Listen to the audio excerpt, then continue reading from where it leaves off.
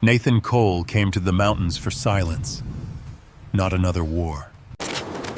Rook stopped cold at the abandoned dam before Nathan heard a thing. Rain fell over old snow and hydraulic oil, oil tainted the air. A steel warning waited where no warning should have survived. The scratched words said, "Do not open the auxiliary gate." Nathan dismissed the message for one dangerous second. Then Rook lowered the head and listened to the concrete. Nathan heard 3 faint metallic knocks beneath the wall.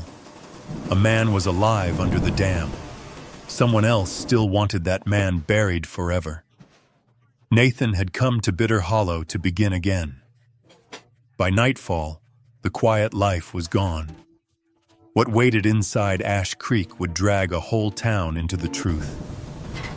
Tell us what time you are watching from. Like, share, and subscribe to K9 and Seal Stories, and the story begins. Nathan Cole had chosen Bitter Hollow because nobody ever described it as welcoming. Places that needed to advertise peace usually had too many people competing to define it. Bitter Hollow was different. The valley sat high and narrow between dark ridges of pine and fir. The sort of country where snow lasted longer in the shadows than it did in town calendars, and where a river could sound gentle at noon and murderous by dusk.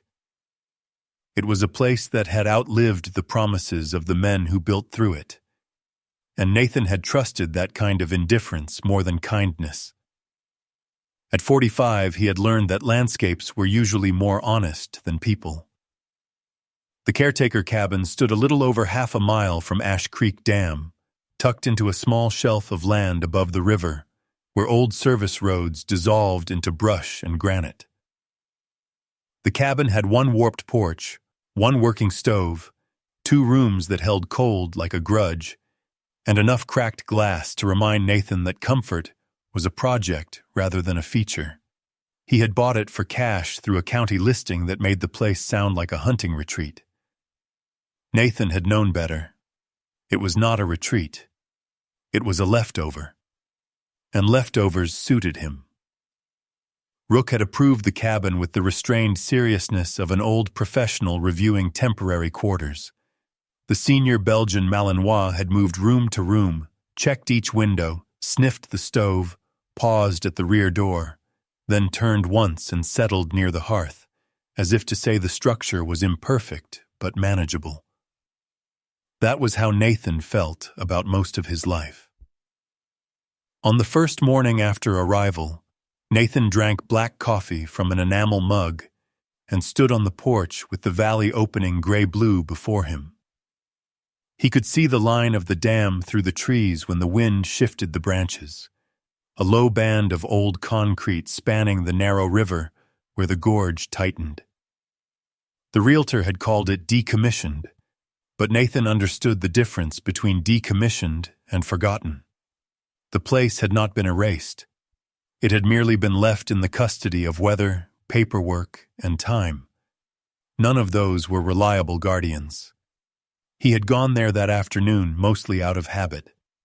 Old soldiers check what stands near them.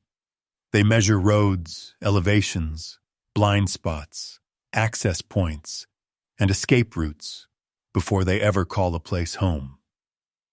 Nathan would have told anyone who asked that he was surveying the land around his new cabin.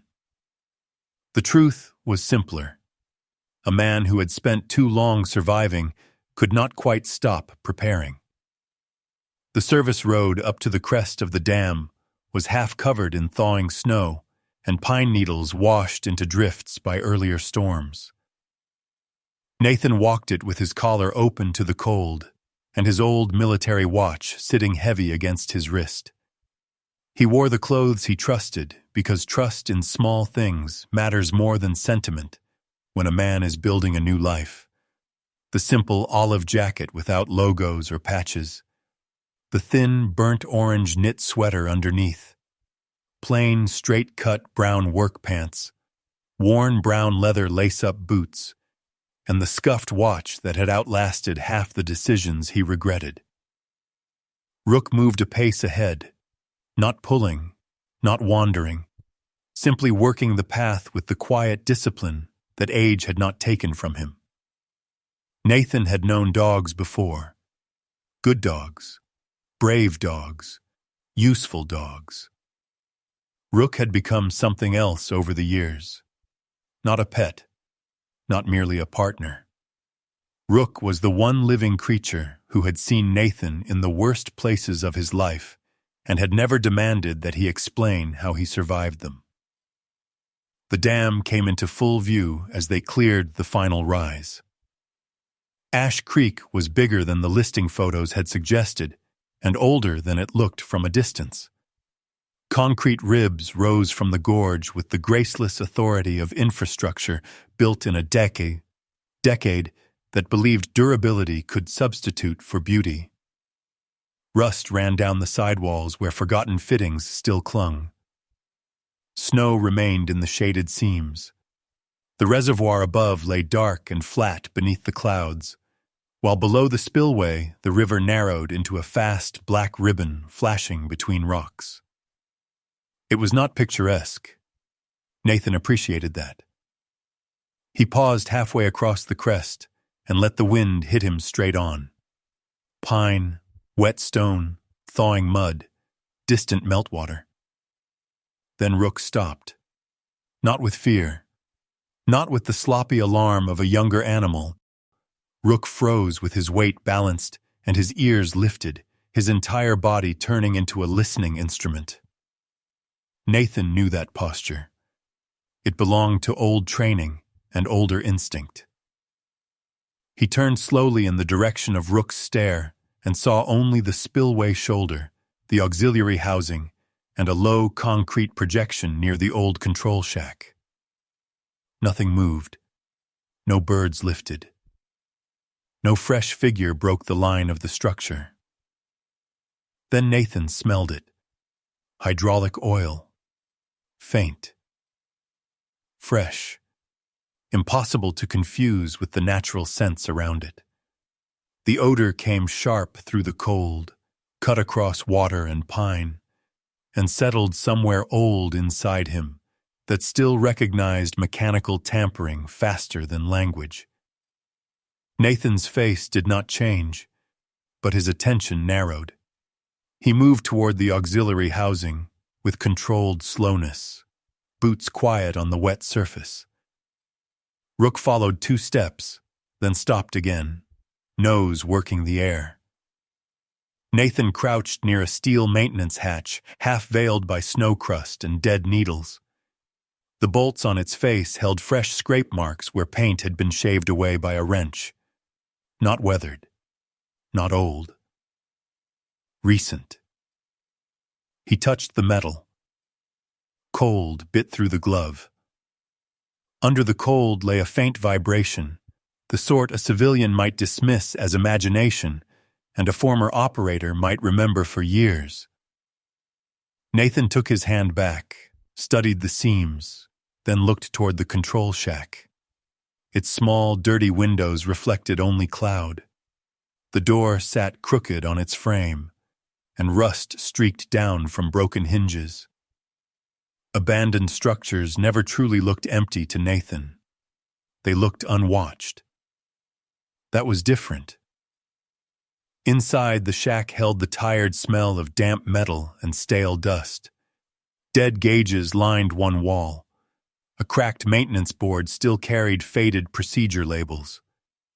Nathan moved through the room in silence, beam low, while Rook paced the perimeter. The dog stopped at the back corner where a drain channel cut along the slab toward the wall. Rook lowered his head. Nathan came over and followed the line of the dog's attention to a grate clogged with grit, pine needles, and thin ice. Something yellow showed beneath it. He knelt, worked his folding knife into the screws, and pried the grate loose. Under it lay an old metal sign bent nearly in half. He pulled it free and turned it over. The front still held faded black lettering about restricted access and state maintenance property. The back had been carved later, hard enough to bite through oxidation and expose raw, bright metal underneath.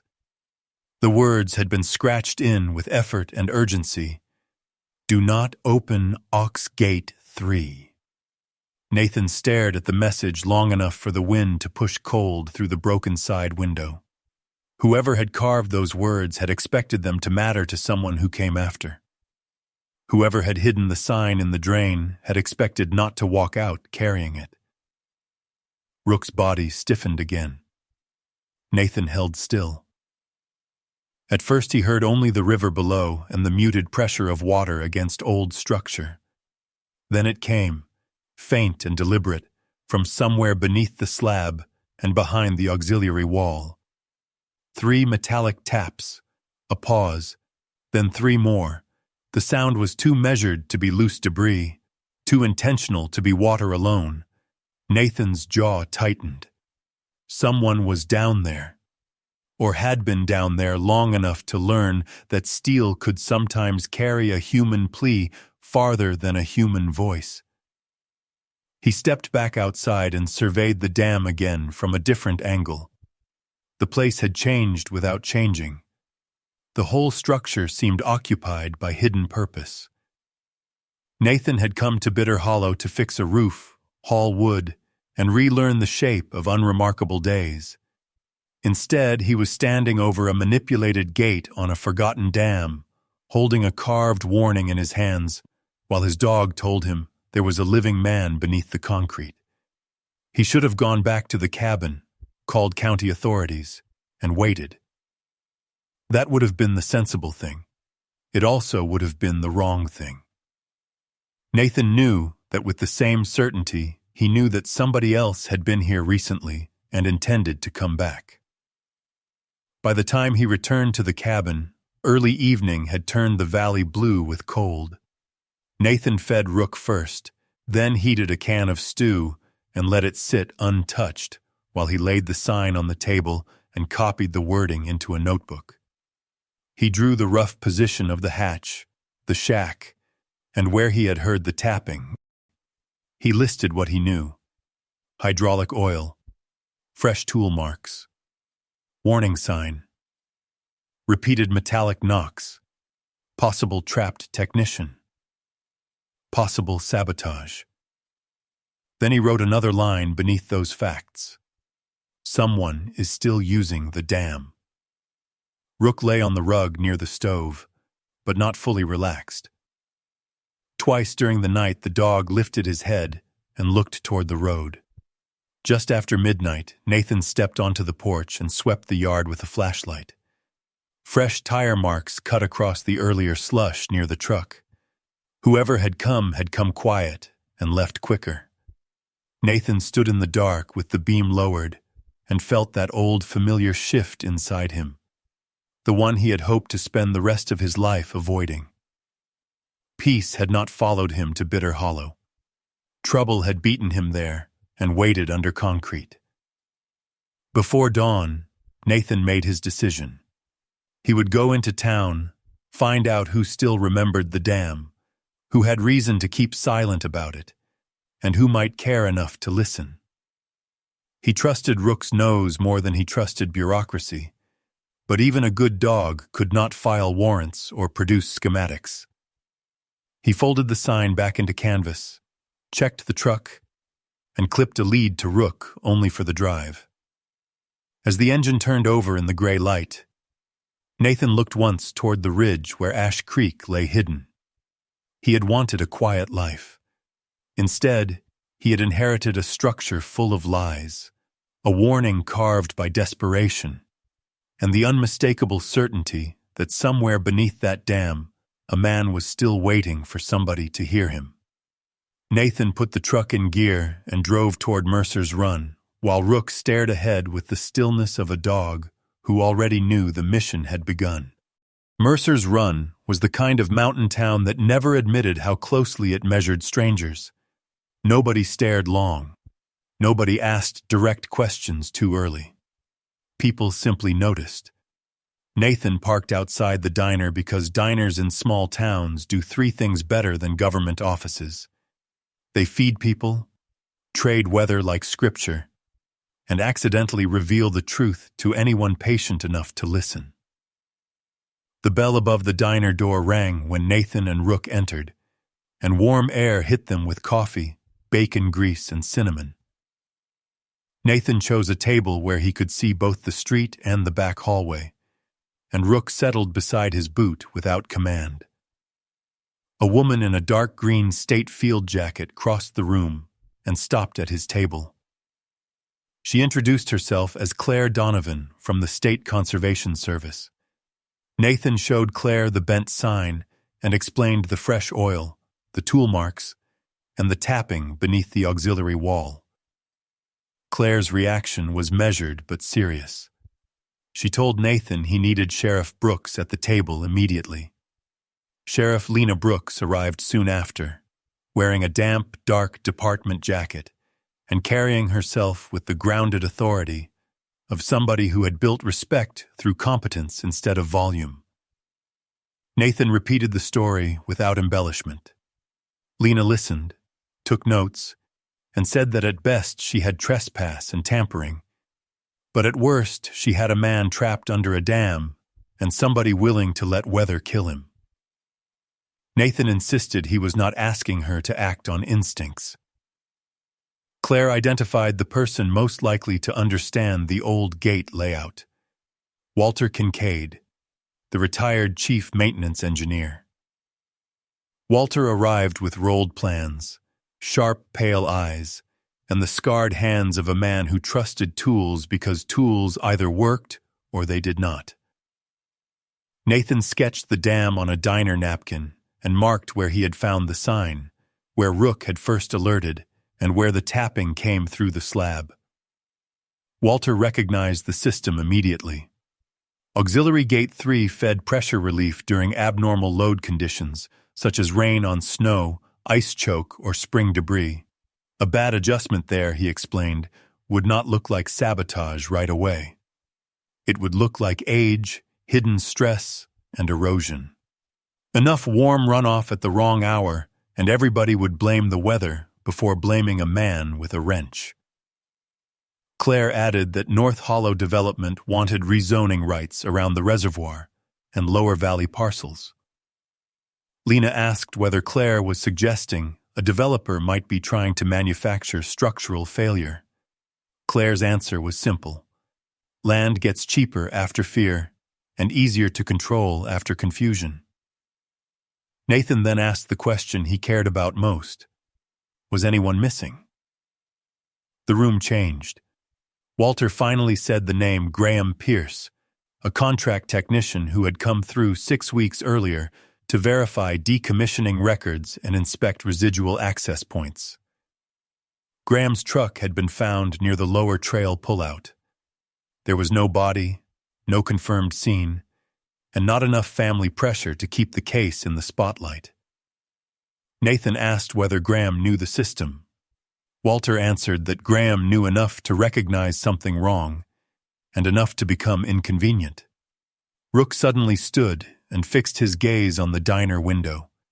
Nathan followed the line and saw an old silver pickup rolling past too slowly for passing traffic and too steadily for indecision. The driver wore mirrored sunglasses despite the flat gray light. Claire noted that it was not a local driving pattern. Lena went outside, but by the time she got to the street, the truck had merged into the wet traffic, cutting through Mercer's Run. That meeting took on the shape of a plan. Walter would gather every schematic, maintenance note, and remembered workaround he still possessed from Ash Creek's active years. Claire would dig through development filings, environmental review gaps, contractor names, and anything tied to North Hollow Development and its frontman, Landon Price. Lena would keep the official side narrow for now so the wrong people would not be warned too early. Nathan would go back to the dam with cameras and sensors. Eli Mercer joined the picture before noon when Claire brought Nathan to his cabin. Eli was 76, sharp-eyed, and surrounded by enough radio gear to make the cabin feel half home and half listening post. He examined the relay Nathan had found and identified it as a handshake repeater set used to confirm equipment status without leaving long voice channels open. He wired it through a safe analyzer and quickly confirmed that the device was still active. The node was still being pinged. Whoever planted it believed the hidden system at Ash Creek was still live. That evening, Mercer's Run held a public information session on reservoir redevelopment. Claire insisted Nathan attend, because men like Price tell more truth while performing than they do in interviews. Landon Price looked every inch the polished regional developer. Early 40s, sandy hair combed back, clean-shaven, expensive coat, expensive boots, expensive smile. He spoke about restoration, community partnership, regional growth, and safe public access around the reservoir, but never once mentioned the old auxiliary systems beneath the dam. Nathan watched the crowd instead of the slides. Rook stayed seated beside him. When Price stepped down and made his way through the room, Rook reacted before the man even spoke. The old Malinois caught the scent first. Nathan caught it a second later.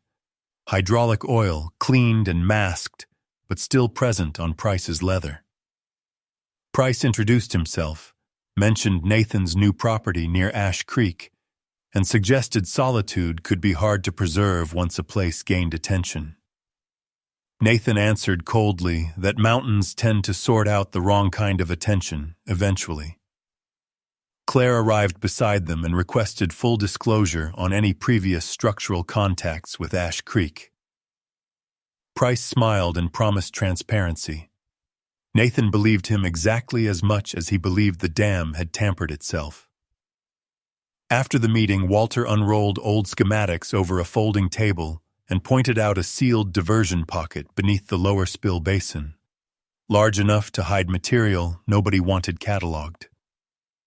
Claire laid her permit copies beside the plan and added illegal excavation complaints, withdrawn notices, and trucking weights that did not match approved soil removal. Lena looked at the paperwork and said what all of them knew. This was no longer just a missing man. It was a planned disaster. Nathan looked at the warning sign, the relay, the weather, and Price's oil-scented boots, and said quietly that what they had was not merely a planned disaster. It was a planned erasure. Rook lifted his head at that very moment and stared toward the dark windows of the hall. Nathan turned too late to see what the dog had sensed, but he did not need to. Someone already knew they were getting closer. Outside the hall, Nathan and Claire stood beneath the awning while rain worked the parking lot into black glass. Claire admitted that North Hollow had been leaning on county staff for months, always with polished language, always with the same promise that redevelopment would save the valley from decline. Nathan asked whether anyone in Mercer's Run actually believed Landon Price cared about the place. Claire said people did not need to believe a lie for a lie to work. People only needed to be tired, busy, or hopeful enough to stop pushing against it. Lena joined them a minute later and said nobody was going anywhere alone from that point forward, because a missing technician, a hidden relay, and a freshly watched diner no longer added up to coincidence. Walter opened the truck bed and spread a second set of old maintenance copies across it. One note, half smeared by time, mentioned a feeder access above the south abutment that had been used during original construction and then officially sealed. Walter could not prove the access still existed, but Walter did not like the way the old annotation sat near a penciled mark for emergency water diversion. Nathan photographed every sheet before the rain ruined them. Back at the cabin, Nathan placed the copied plans beside the carved sign and replayed the day until the valley's silences arranged themselves into something uglier. Near midnight, the relay frequency chirped across Eli Mercer's spare receiver, then answered from the ridge north of the reservoir. Nathan stepped onto the porch with Rook and saw a brief moving light above the tree line where no homestead stood. The light vanished almost instantly, but that was enough. Somebody was not merely monitoring the dam.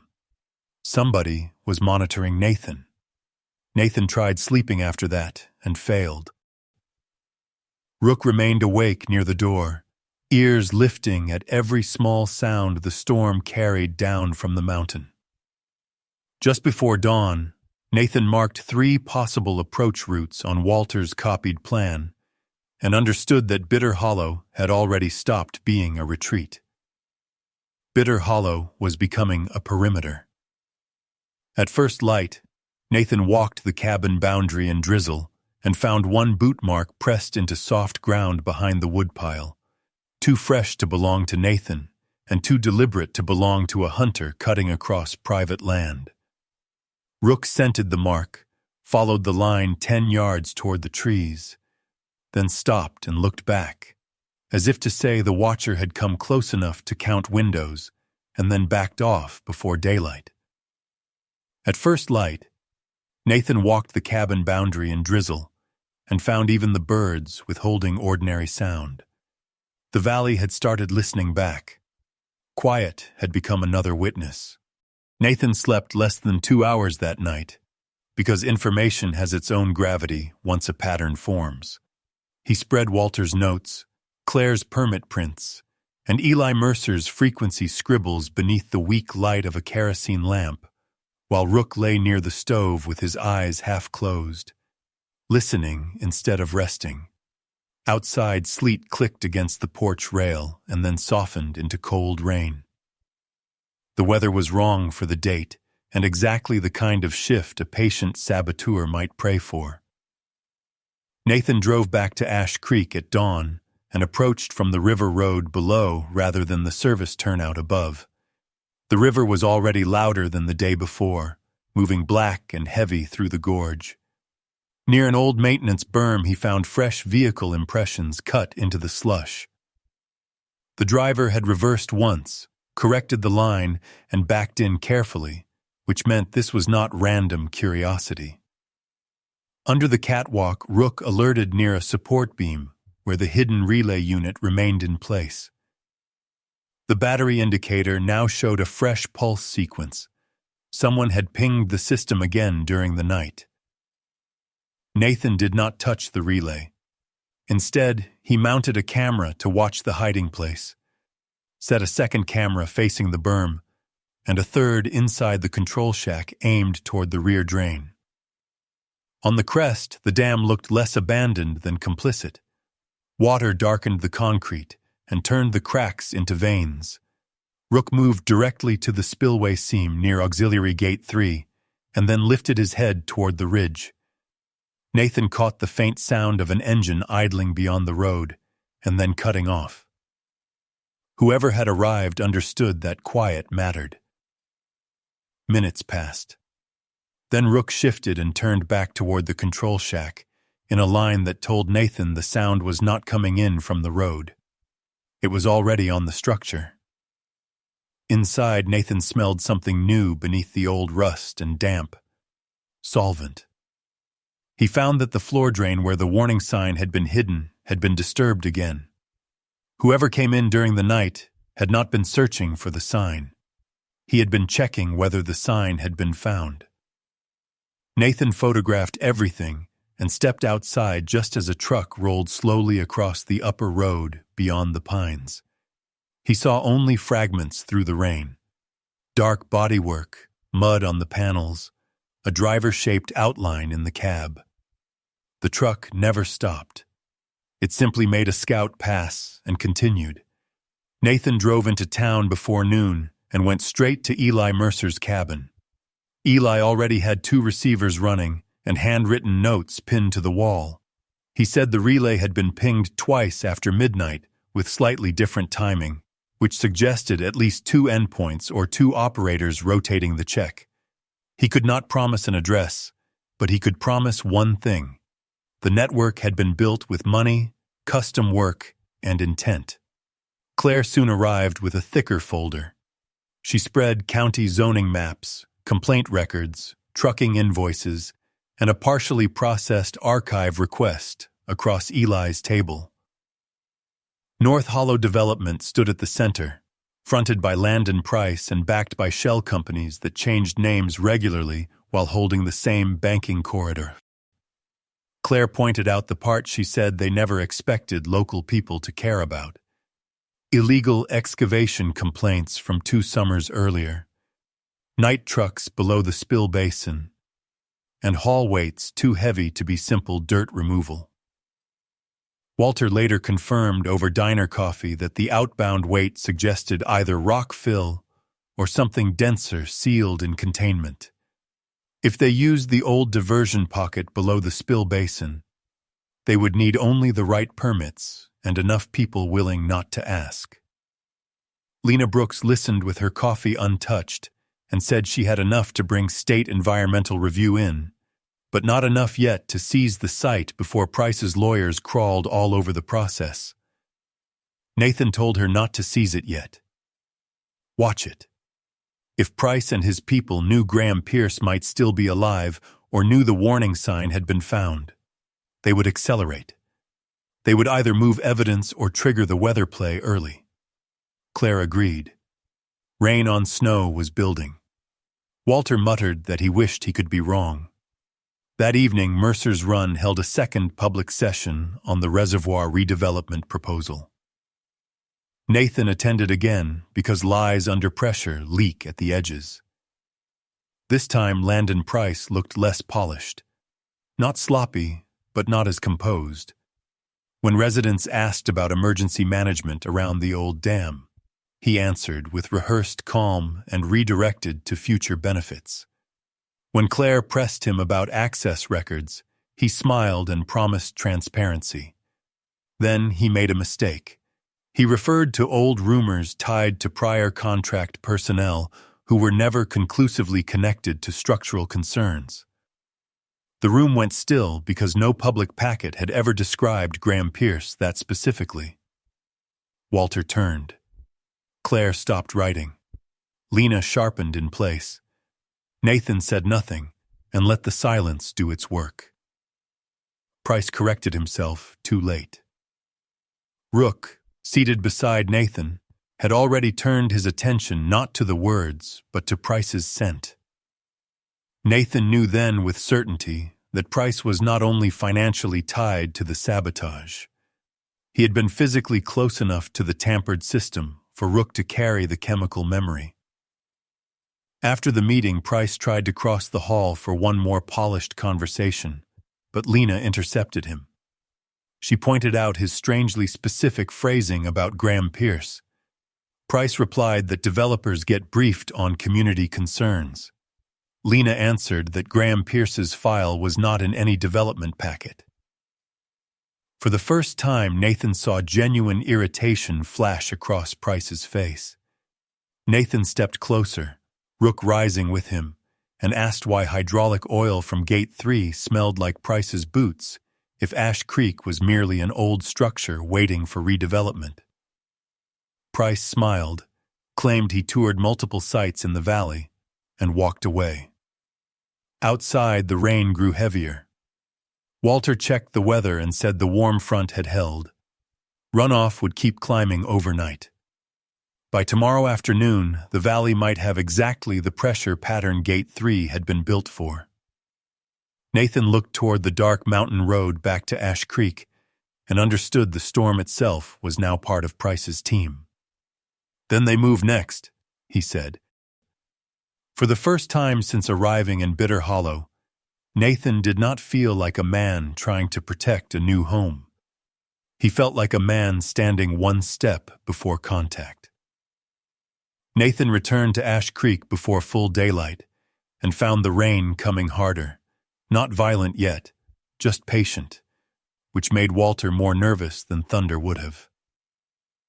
Inside the shack, the fresh camera footage showed a gloved hand at the railing just after midnight and a boot sole pausing near the relay cavity without taking the device. That detail mattered. The watchers wanted to confirm whether Nathan had found the network, but the watchers were still disciplined enough not to disturb bait once a camera might be nearby. Claire arrived with one more folder from county records. Buried in maintenance reimbursement paperwork sat a payment request signed by a subcontractor tied to Cole Danner for hydraulic inspection on a structure that supposedly had no active hydraulic components. Lena swore when Claire slid the copy across the console. The sheriff had already fielded 2 calls from county supervisors asking why an outsider had been allowed near Ash Creek at all, which told Nathan that Price's reach stretched deeper than one polished presentation and one frightened official. Nathan spent the afternoon mapping every approach to the spillway shoulder, every path from the service road to the lower riverbank, and every position a lookout could use without being seen from the shack. Rook reacted twice to brief sounds in the trees, once to a clipped whistle, and once to the hush of somebody stepping off gravel onto wet needles. Nathan never saw the watcher, but Nathan no longer needed to. By dusk, the legal delay, the wrong paperwork, the half-hidden camera figure, and the rising water all pointed in the same direction. Price's team was not improvising around a storm. Price's team had built the storm into the plan and was only waiting for the valley to reach the exact kind of fear that made Sabotage look natural. When Nathan drove back to the cabin that evening, Mercer's Run looked normal from the road. Porch lights, chimney smoke, one gas station sign glowing in mist. Nathan knew better now. Beneath that ordinary surface, timing, money, and fear were tightening together like a tourniquet around the valley. Eli Mercer also called just before dusk to say the relay network had gone quiet for the first time since Nathan found the hidden unit. Silence from a criminal system rarely means safety. Silence usually means movement. Nathan wrote that down beside Walter's pressure notes and underlined it twice. Claire pulled one last county contact before midnight and learned that Price's attorneys had requested emergency access language for post-weather structural review hours before the actual runoff numbers justified the filing, which meant somebody inside the conspiracy already knew the valley was about to be pushed toward disaster. Rain kept deepening the color of the concrete until the whole dam looked bruised. The valley was beginning to resemble the injury Price was trying to hide. By evening, even Mercer's Run felt as if it were waiting for impact. Nobody there could ignore it. The storm did not arrive all at once.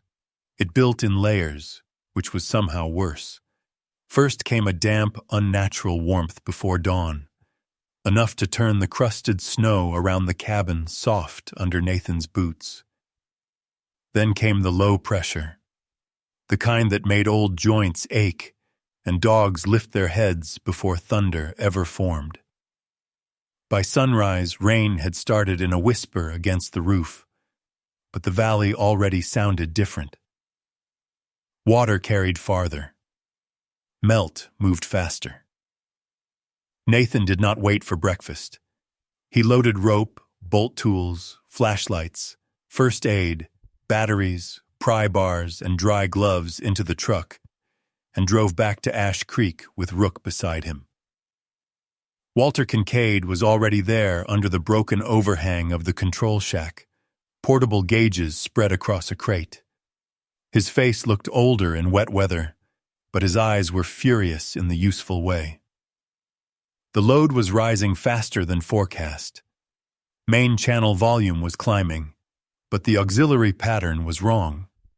Claire arrived with sample kits, a camera, and weather updates sealed in a waterproof sleeve.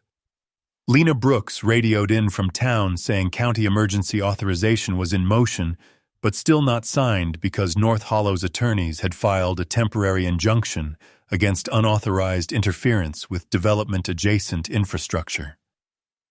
Nathan looked at the rain, the old dam, and the timing, and felt a hard laugh rise in his chest.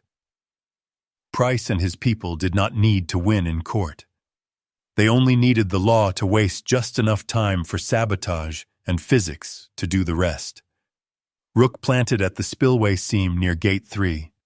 Nathan followed and saw a fresh amber line of hydraulic fluid bleeding down from the hatch bolts in a thin, slow thread. Claire photographed it at once.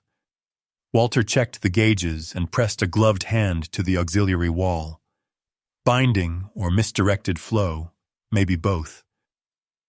Nathan looked toward the reservoir where debris had begun to collect in dark clusters. If the accumulation worsened, the main load would shift harder and faster. "This is it," Nathan said. Claire reminded him they still did not have signed authority to open the panel. Nathan replied that if Gate 3 was misset and the line gave under runoff, authority would become a historical detail. Walter agreed. Another hour, maybe less, and internal erosion could outrun anything they could manage from the surface. Lena said she was 6 minutes out with deputies. Nathan looked down at Rook, at town. The old Malinois was staring at the hatch with the same stillness he had shown on the first day, but now with pure certainty. Nathan trusted that more than the paperwork still crawling across county desks. He handed Claire the truck keys, stripped off the rain shell, checked his light, knife, radio, gloves, and the pry bar Walter had set aside. Claire caught his forearm and told him to come back out. Nathan answered with a single nod. At the hatch, the bolts resisted and then broke free one by one under Nathan's weight. The seal cracked and older, fouler air rose from below. Rook leaned toward the darkness, then looked up at Nathan. The fixed ladder dropped into a shaft narrow enough to funnel the cold like a pipe. Nathan descended carefully. At the bottom, the tunnel floor already held running water above his ankles. Walter's voice came over the radio, guiding him to the valve wheel 32 feet ahead. The passage narrowed toward the auxiliary assembly, with concrete on one side and raw stone on the other. Every few steps, Nathan saw signs not of neglect, but of deliberate interference. Fresh wrench scuffs, one new retaining clip where an old one should have been, grease on metal that state records would have called inactive for years. At the wheel assembly, he understood why Walter had looked pale above ground. The gate had not simply jammed. Someone had welded a stop into the track, subtle enough that routine observation might miss it, strong enough to force partial misalignment under load. The mechanism could still move, just not enough to relieve pressure correctly. Nathan wedged the pry bar under the fabricated stop and drove his weight into it. The weld groaned. Water surged harder around his calves. He reset and pushed again. The stop cracked. Nathan ripped it free and seized the wheel. Walter told him to make only a quarter turn first and feel the load. Nathan pulled. The wheel resisted with dead stubbornness, then finally moved a fraction. Water roared louder for one terrifying second and then changed pitch. Better, but still bad. Then the hatch slammed shut above him. The sound rolled down the shaft like a gunshot through steel. Nathan spun. Darkness held where the open hatch should have spilled gray day. A second later, he heard something hammered into place from above. Not weather. Not accident. A human hand sealing him in. Water surged higher around his knees. Walter shouted over the radio. Nathan answered that the hatch had been sealed from above. Claire cut in, furious, saying they were working it. Nathan took one long breath and forced his chest to obey discipline instead of memory. Confined water and sealed exits wake old ghosts quickly in men who have spent time in lethal machinery. Then he heard Rook. Through steel and storm, the old dog barked once, paused, barked again, then again, not frantic, but measured. Rook was giving him cadence. Nathan matched his breathing to the bark pattern, the same way he had once matched it to dive counts and breech clocks. In, out, set the grip, pull, reset, Pull again. The wheel began to move. Water surged around his thighs as the system redistributed. Somewhere above him, Claire and Walter shouted numbers while Lena's engine tore up the service road through the rain. Nathan had room in his mind for only two things: the resistance in the wheel and the rhythm of the dog above him. He turned the assembly one hard measure at a time until the scream in the metal shifted to a lower, steadier strain. Then the water stopped rising. It did not drop yet. It simply stopped climbing. Walter told him pressure was redistributing and ordered him to hold. Nathan leaned back against the wall, chest working, gloves slick, legs braced in moving water. Then came the grind of metal from above. The hatch cracked. Gray light and cold, wet air spilled back down the shaft. Claire shouted his name. Lena called that he had about 90 seconds before she lowered a line anyway. Nathan made one final corrective adjustment, locked the position as Walter instructed, and moved for the ladder. His hands shook only when they touched the rungs. He climbed out into hard rain, steam rising off his soaked clothes, and faces that had already imagined a worse ending. Claire grabbed his arm. Walter stared at the gauges. Lena held the cut locking pin that had sealed him in. Rook came forward and pressed hard against Nathan's leg without whining or jumping, just anchoring him with weight and warmth. It should have been the end of the day's crisis. It was not. Rook stepped away and fixed on the spillway wall farther east, where runoff had washed debris from a narrow recess. The dog moved there fast enough to show urgency and careful enough to show certainty. Then he started pawing at the mud and broken concrete. Walter saw it too and said that section should not have been dressed in field veneer. Nathan grabbed the pry bar again. The false panel cracked loose under the pressure. A breath of air came out so foul and human that all of them froze. Sweat, fear, wet cloth, stale breath, the smell of a body kept alive too long in the wrong dark. Nathan widened the gap and shined the light in. Something moved. Then a voice scraped up from the darkness. "Water." Claire stiffened. Walter swore softly. Lena looked from the opening to Nathan with the kind of expression law officers wear when a missing person case becomes something much darker in one breath.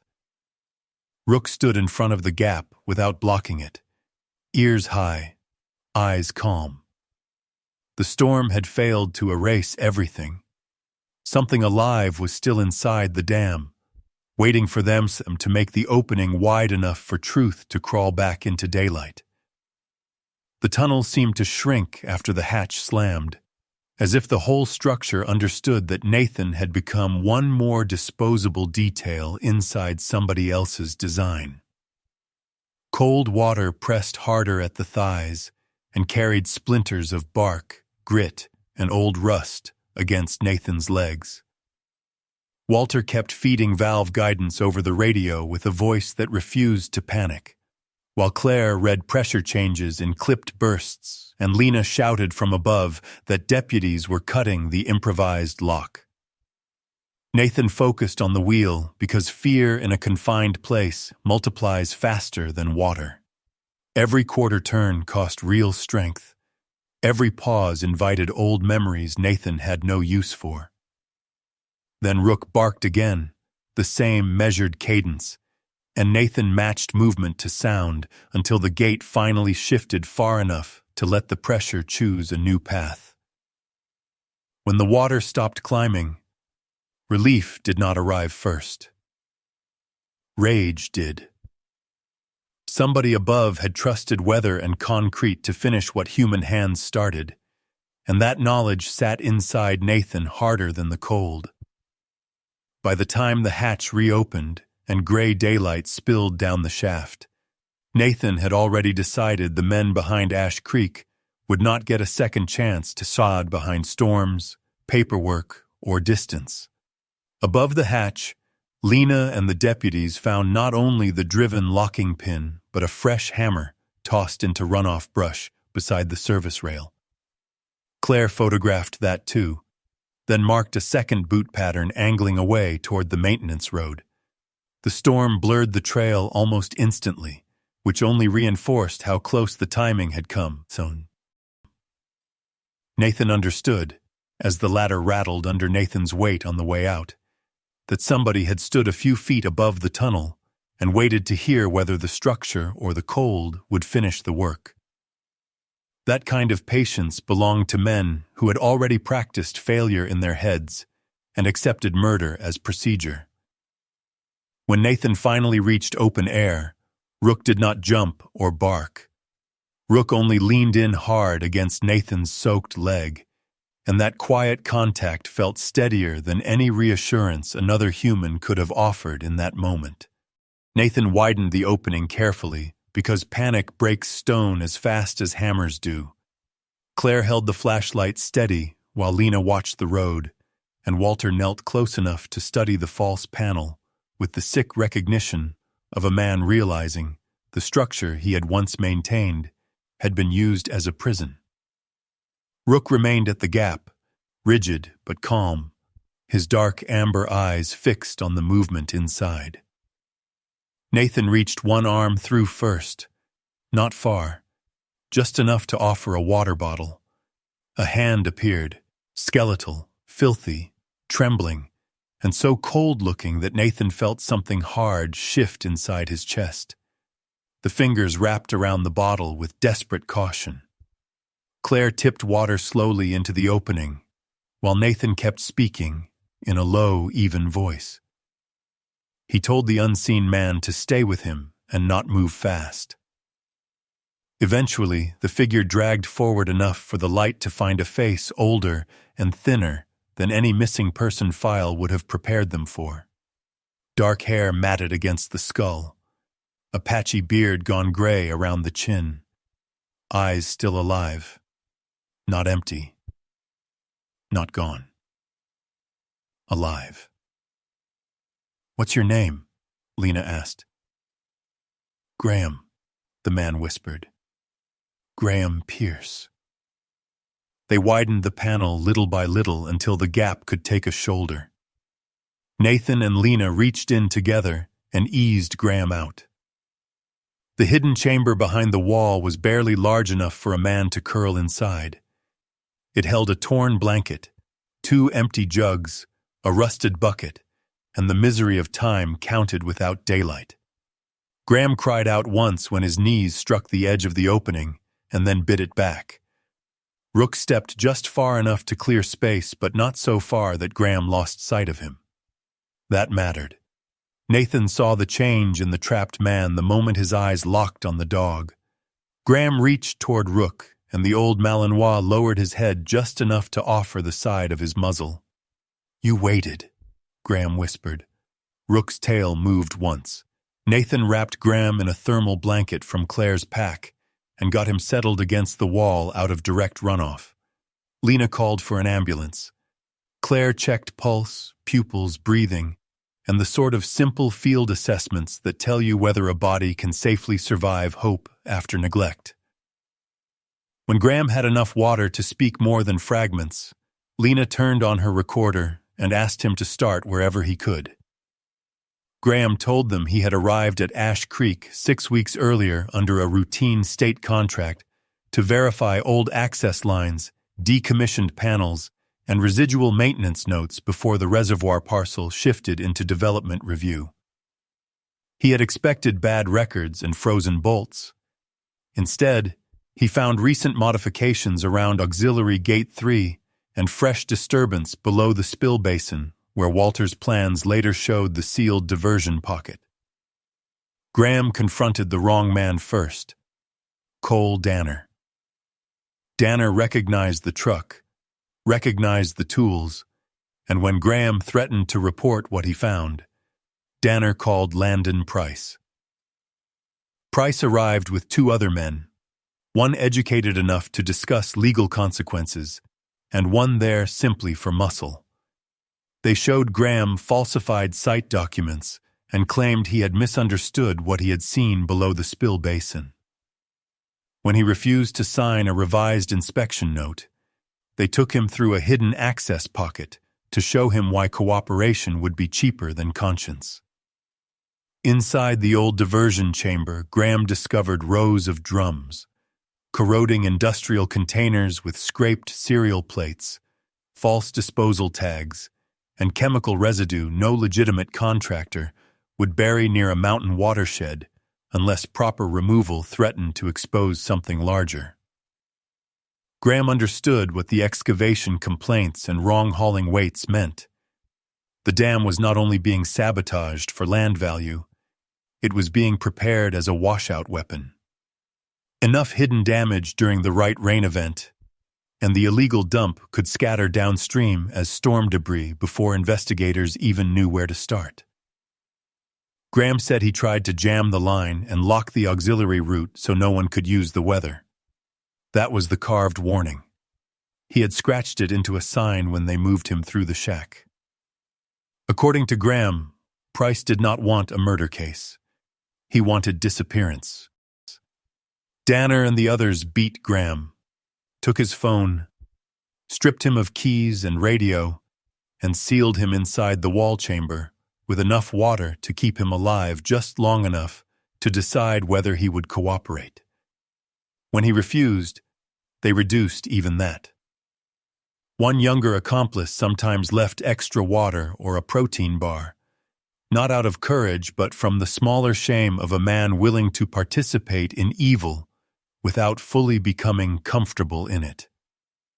Graham still had one more thing to say. Survey Annex, County Archive, Lower Room, Red Locker. Price had said that if the storm did not finish the dam, Danner would burn the paper trail there before state review went active. Nathan asked how much time they had. Graham closed his eyes, searching memory. Soon, he whispered, before county has legal cover, during the storm, while everybody watches water. That was answer enough. The ambulance arrived under red lights filtered through rain and fog. Nathan helped lift Graham onto the stretcher, because once you have pulled a man out of a wall, you do not walk away before the weight leaves your hands. Graham caught Nathan's sleeve and said that nobody had heard him for a long time. Nathan glanced down at Rook and said simply, "He did first." After the ambulance left, the dam felt different. Not cleaner, not safer, but claimed. The structure had given up one buried truth and in doing so had exposed how much else still hid beneath the official story. Lena turned immediately toward her truck and radioed county dispatch, state investigators, and a judge she trusted enough to wake. Claire gathered every photo, sample, and note. Walter stared at the false panel and the hidden chamber behind it, with the misery of a man watching his life's work testify against itself. Nathan knelt briefly in front of Rook and asked if the dog was still with him. Rook held the gaze. That was enough, because the storm had not ended. The sabotage had not ended. And somewhere in Mercer's Run, men who had hidden Graham Pierce behind a wall were about to realize that the wall had failed. Graham's story came in broken passes because captivity rearranges time. Some memories stayed sharp, some came out sideways, and some only surfaced when Graham saw a detail around the dam that matched the chamber behind the wall. Graham remembered the smell of fresh-cut packing foam around the buried drums, remembered Landon Price using calm language while Danner handled the violent parts, and remembered one younger worker freezing long enough to let Graham believe decency might still intervene. Decency never did, but hesitation explained how Graham had survived. Price needed the washout story more than Price needed speed. That meant water jugs came irregularly. Food appeared just often enough to prevent a corpse from complicating the timing, and the hidden chamber remained a cruelty built around scheduling rather than impulse. Claire documented everything in photographs, while Lena documented everything in sworn audio, because both women understood how quickly wealthy men begin denying the plain visible world once lawyers appear. Walter stood at the false panel with tears Walter never let fall, and said the masonry pattern had been added years after the original pour, probably during one of the so-called stabilization jobs Claire had already flagged as suspicious. By the time the ambulance doors closed, state environmental officers were on their way, and Lena had a judge's verbal authorization for immediate seizure of the dam, the shack, the service road, and every related county file. Nathan watched the ambulance disappear through the rain and understood that rescuing Graham had not ended anything. Rescuing Graham had merely moved the valley from suspicion into open war with the people who had counted on silence. Claire rode with the ambulance far enough to hand over the first evidence envelope and make certain Graham's statement entered the system before anybody with money could start slowing process with procedure. Nathan and Lena stayed behind for 15 minutes more, photographing the hidden chamber from every angle and bagging the few surviving objects inside. One protein wrapper still held a partial store code. One water jug had a purchase sticker from Mercer's Run. Little details, but little details had started this whole case. Walter finally looked at Nathan and said the dam had once been built to hold back chaos, not hide it.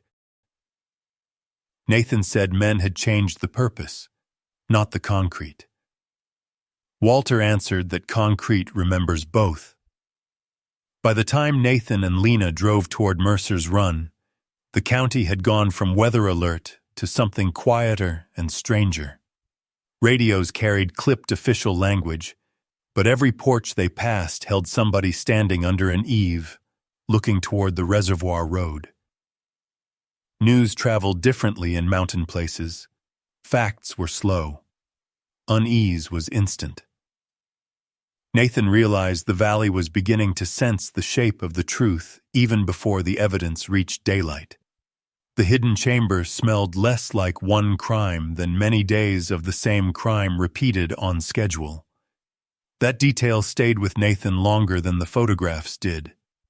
It told Nathan exactly how calm the men behind Ash Creek had been while deciding who deserved daylight. Mercy had arrived almost late. The drive into Mercer's Run felt shorter in crisis than it had in calm, the way all important roads do. Rain streaked the windshield. Meltwater ran through roadside ditches in dirty silver ropes. Nathan drove one-handed only when necessary, the other resting where habit had once kept weapons, and now simply waited ready. Rook sat upright in the passenger seat, not pacing, not whining, but intent enough that Nathan could feel the dog's attention like another set of eyes pointed toward town. Lena drove ahead with lights but no siren. Claire followed behind in her field truck. Walter remained at Ash Creek long enough to keep eyes on the improvised gauges and transmit changes if the damaged system shifted again.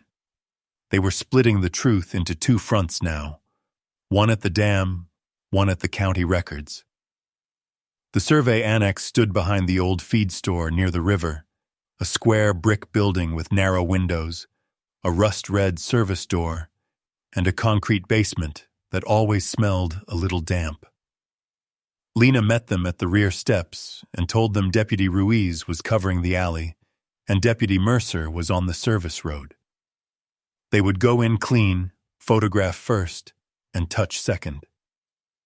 Inside, the annex air held old paper, plaster dust, and electrical heat. The basement corridor ran straight to the lower archive room where county surveys, plats, erosion notes, access easements, and contractor history had been dumped under the broad, hopeful label of records retention. Rook found the direction before any of them reached the stairs. At the lower room, the steel door stood open, A rubber floor stop sat at its base. Claire recognized that it had not been there during winter inventory. Nathan scanned the room. Rows of shelves, survey tubes, banker boxes, filing cabinets. Against the far wall stood a bank of rust-red storage lockers. One door hung barely out of true. "Red locker," Lena said. Nathan crossed the room. Rook at heel, the hasp on locker 14 had been cut and then loosely set back into place to mimic neglect. Claire photographed the exterior, the floor, the hinge line, and the cut metal. Nathan pulled the door open. The smell hit first. Accelerant. Inside sat a fuel can, 2 stacks of copied erosion reports, a bound ledger with Shell Company invoices clipped inside, and a black waterproof drive in a padded case. There was nothing messy about it. The setup felt like a contingency cache. If Price lost control at the dam, someone would torch the archive room, burn the county's oldest paper links, and let heat and water erase the rest. Claire photographed each item in place. Lena called state evidence. Before she got halfway through the call, every light in the basement went out. Total darkness. Not a storm flicker. A hard cut. Nathan turned instantly. Rook stiffened. Somewhere above them, an engine roared to life. Lena snapped for everybody to move. Nathan handed the waterproof drive straight to Claire and told her to keep it on her. He grabbed the fuel can with a rag wrapped around the handle to preserve prints. Lena swept the hall with a flashlight. From outside came a vehicle door slam and Deputy Ruiz shouting from the alley. Rook lunged toward the loading bay corridor before Nathan gave any command. That told Nathan everything. The dog did not chase noise. He chased the freshest escape. They hit the rear exit at a run. Rain sheeted across the loading bay. A dark pickup fishtailed from the curb, while another man in a brown work jacket sprinted between stacked pallets toward the old aggregate yard. Nathan recognized him before the face turned fully. Cole Danner. "Track," Nathan said. Rook transformed. The old Malinois dropped low and drove forward with the ruthless efficiency that only seasoned working dogs truly earn. Nathan ran after him through puddles, around a toppled pallet, and over loose gravel. Danner vaulted a chain-link fence badly, slipped, then recovered. That stumble saved seconds. Rook cut the angle instead of following the exact path. Danner reached for something at his belt. Nathan saw the pry bar flash in the rain and shouted for him to drop it. Danner chose the opposite. Rook hit him high from the side just as Danner started to swing. The impact drove the man into a skid across wet gravel. The pry bar clanged away. Nathan covered the last distance, kicked the tool farther away, and locked Danner's arm behind his back before he could roll under the dog. Rook did not maul. He pinned and controlled exactly hard enough to end resistance without chaos. Lena arrived seconds later with Deputy Ruiz, cuffed Danner, and tore the soaked glove from his right wrist. The geometric black tattoo showed clear in the rain. Danner laughed once through blood and rain and spat that Price was not the only one involved. Lena told him that depended on how useful he became. His truck was later recovered, abandoned at a drainage turnout. Inside, officers found a burner phone, a county access card belonging to Assistant Survey Director Mark Ellery, printed drainage maps downstream from Ash Creek, and work gloves carrying the same hydraulic scent Nathan had smelled on the hatch bolts and on Price's boots. The waterproof drive from Locker 14 turned out to be more valuable than anyone hoped, and worse than anyone feared. Claire took it to Eli Mercer so he could clone it before opening anything. On the screen, they found falsified risk models showing Ash Creek as naturally unstable, payment transfers routed through shell companies tied to North Hollow development. emails written in the flat, bloodless tone of men discussing logistics rather than lives, waste hauling invoices from the illegal burial job, draft media language framing any coming failure as an unfortunate consequence of historic infrastructure neglect and extreme weather, and county notes showing which officials had been pressured, bought, or socially managed into looking the other way. The worst part was not the money. The worst part was the language. In those files, Graham Pierce was never called a person. He was exposure risk. The valley downstream was impact zone. The river was dispersal pathway. Lena began signing warrants before midnight. State investigators rolled into Mercer's Run before dawn. Mark Ellery was arrested at breakfast. Other names followed. Danner started cooperating once prosecutors explained how long attempted murder by engineered flood and unlawful imprisonment might keep him in prison. But Landon Price had already moved.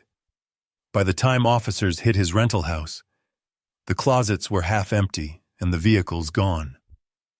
One final note recovered from the drive suggested that Price kept a contingency site above the reservoir, where original construction access tunnels intersected with feeder hardware.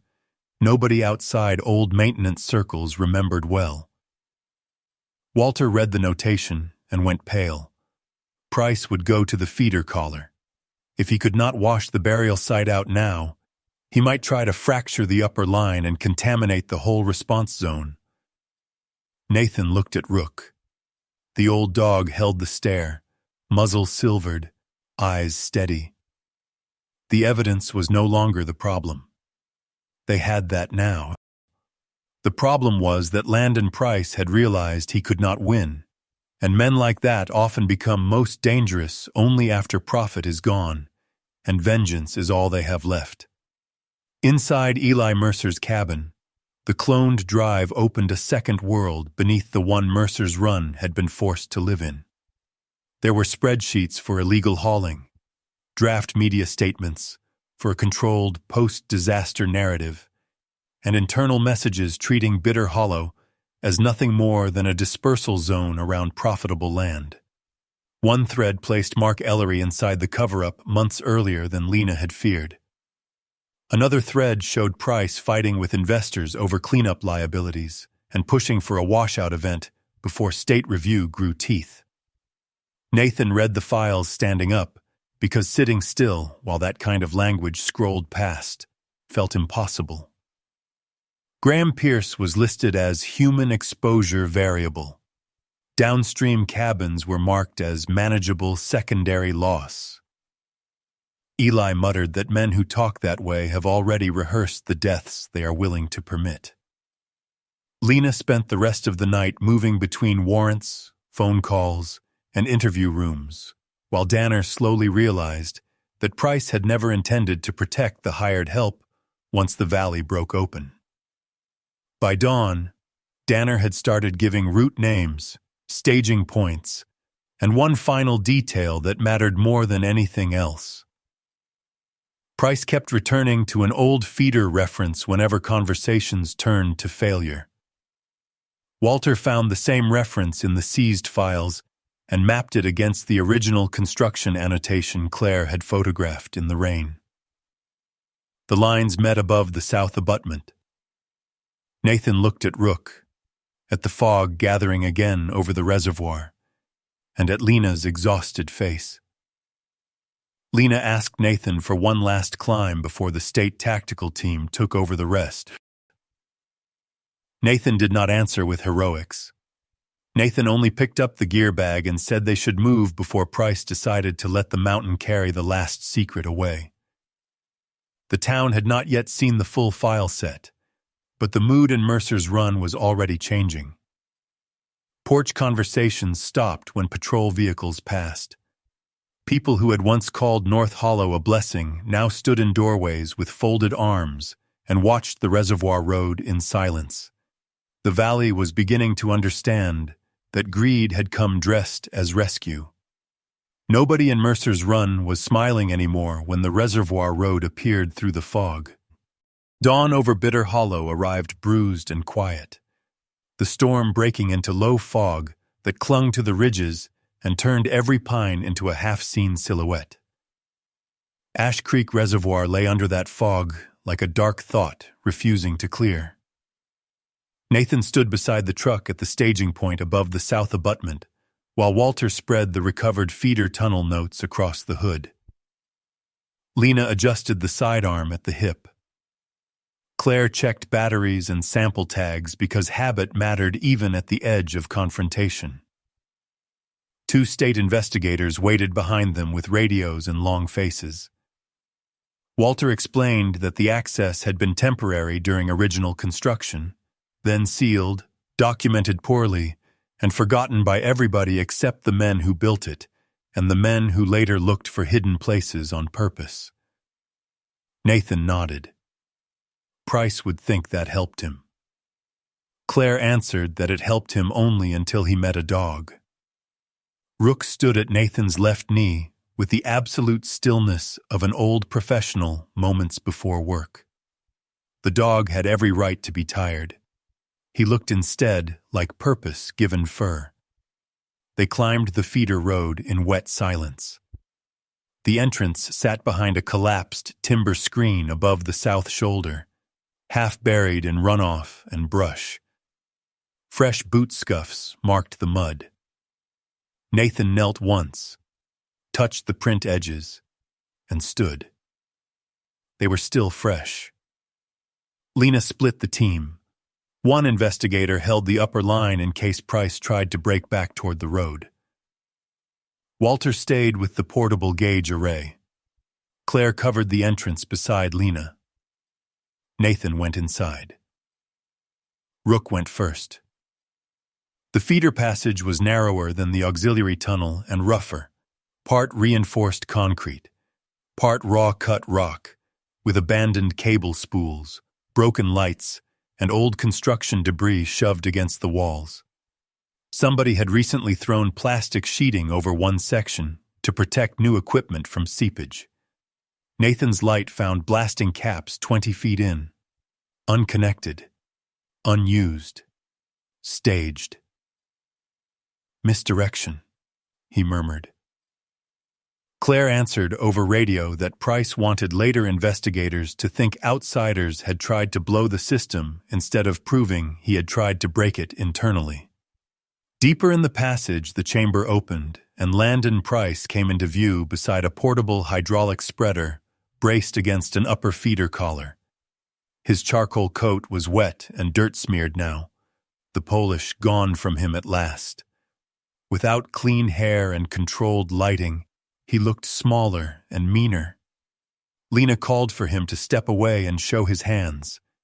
Price turned, and for one heartbeat, Nathan saw the actual man under the presentation's smile.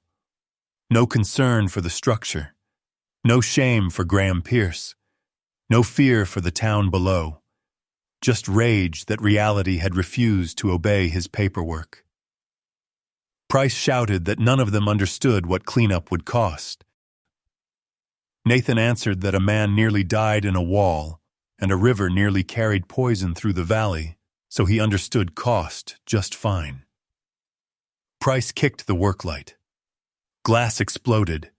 White glare spun across the chamber, then died in jagged flashes. In the confusion, Price lunged for the trigger line attached to the spreader and ran deeper toward the collar assembly. Nathan moved right. Rook went left, cutting the angle exactly as he had on Danner. Lena and Claire followed. Price was not a field man. He ran like someone used to treadmills and airport concourses, not wet stone under failing infrastructure. But fear gave him speed, and desperation gave him the strength to wrench the line half free from the spreader as he reached the collar. Walter's voice burst through the radio from outside. "Load spike." If Price drove a fracture under that pressure, the team could get a fast release. Nathan had 2 targets in that instant: Price or the machine. He chose the machine. That was the right choice and the dangerous one. Price saw him commit and grinned with the brittle madness of a man who believed forcing another human into triage proved superiority. Nathan lunged for the release pin on the hydraulic spreader while Price jerked the trigger line. The collar screamed. Steel shrieked against old stress. Water hammered somewhere far below. Rook solved the second half before Nathan could. The old Malinois launched from Price's blind side and hit him square in the chest, driving him off balance and slamming him into the tunnel wall before he could fully engage the trigger. Price lost the line. Nathan ripped the release pin free and bled the spreader pressure in one brutal motion. Claire kicked the portable pump assembly away. Lena came in with the weapon trained and all the fury of every hour she had spent cleaning up what other people had called complicated. Price slid down the wall, breathing hard, eyes wide now, not with strategy, but with the first real sight of failure. He shouted again about cleanup costs and investor confidence. Claire stared at him and said people had been trapped. Evidence had been buried.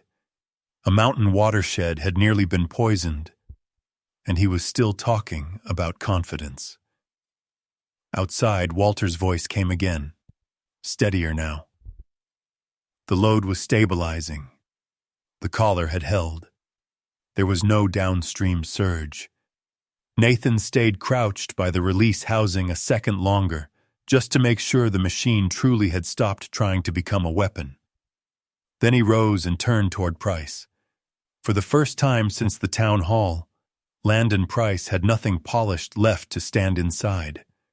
No podium, no lawyer, no renderings, no curated language. Just mud, fog, steel, and the old dog that had outread him from the beginning. Lena cuffed him herself. The state team moved in as morning finally began breaking through the fog. Environmental crews sealed the diversion pocket. Federal oversight followed once the buried drums were exposed, and the chain of disposal fraud linked North Hollow's shell companies to multiple illegal transfer routes across 2 counties. Mark Ellery folded. Danner folded harder.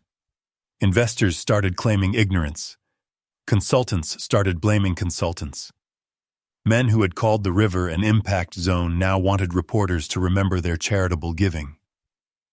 Graham Pierce survived. It was not a quick recovery, and no one pretended it would be. But he survived. He gave a full statement from the hospital, then another in person once his strength returned enough to stand in sunlight without assistance. Walter testified with the sober precision of a man redeeming his own history by telling the whole truth about how good infrastructure had been used by bad people. Claire became the Valley's stubborn public voice, the one reporters had to face when they tried simplifying the story into storm damage and corporate regret. Lena Brooks got the rarest thing in modern law, a case where evidence grew clearer with time instead of weaker. Nathan stayed. He repaired the caretaker cabin roof first, then the control shack at Ash Creek, then the path between them because his hand knew how to build long before his heart remembered how to belong. He did not rebuild the dam. He did not romanticize it. He simply made the shack sound enough to hold blankets, clean water, a radio, a first aid kit, and a lantern for whoever might be caught in weather without better options. On the door, he hung a plain wooden sign. If you are caught in the storm, knock. Rook claimed the threshold as naturally as if he had been posted there all along. The old Malinois would lie beneath the sign in evening light, with ears up and head resting on crossed paws, watching the road, the river, and the weather in equal measure. People in Mercer's Run started driving up sometimes just to leave coffee, dog treats, or silent gratitude they did not know how to say better. Nathan accepted little and refused fuss, but he stopped refusing the town itself. One evening, with the reservoir turned gold by the sinking sun, Claire stood beside Nathan on the restored walkway and asked whether he had found the quiet he came looking for. Nathan looked at the river below, at the repaired shack behind them, at the valley lights beginning one house at a time, and finally at Rook, whose muzzle had gone almost silver now, but whose gaze remained as steady as the first day on the dam. "Not the kind I expected," Nathan said. Then he added the only honest thing left. "Maybe the kind worth staying for." Rook rose at that and moved to stand between them and the long drop to the spillway, not because danger existed in the moment, but because that was how he had always understood love. By position, by vigilance, by refusing to leave what mattered unguarded. The valley would remember the storm, the buried drums, the hidden chamber, and the men who tried to let weather kill for them. But it would also remember something else. The truth had not come out through institutions first. It had come out because an old dog stopped at a seam in the concrete and refused to walk away. Weeks later, when federal crews had fenced the diversion pocket and reporters had finally begun asking the right questions, Graham Pierce returned to Ash Creek under a clear sky and stood with Nathan beside the repaired shack.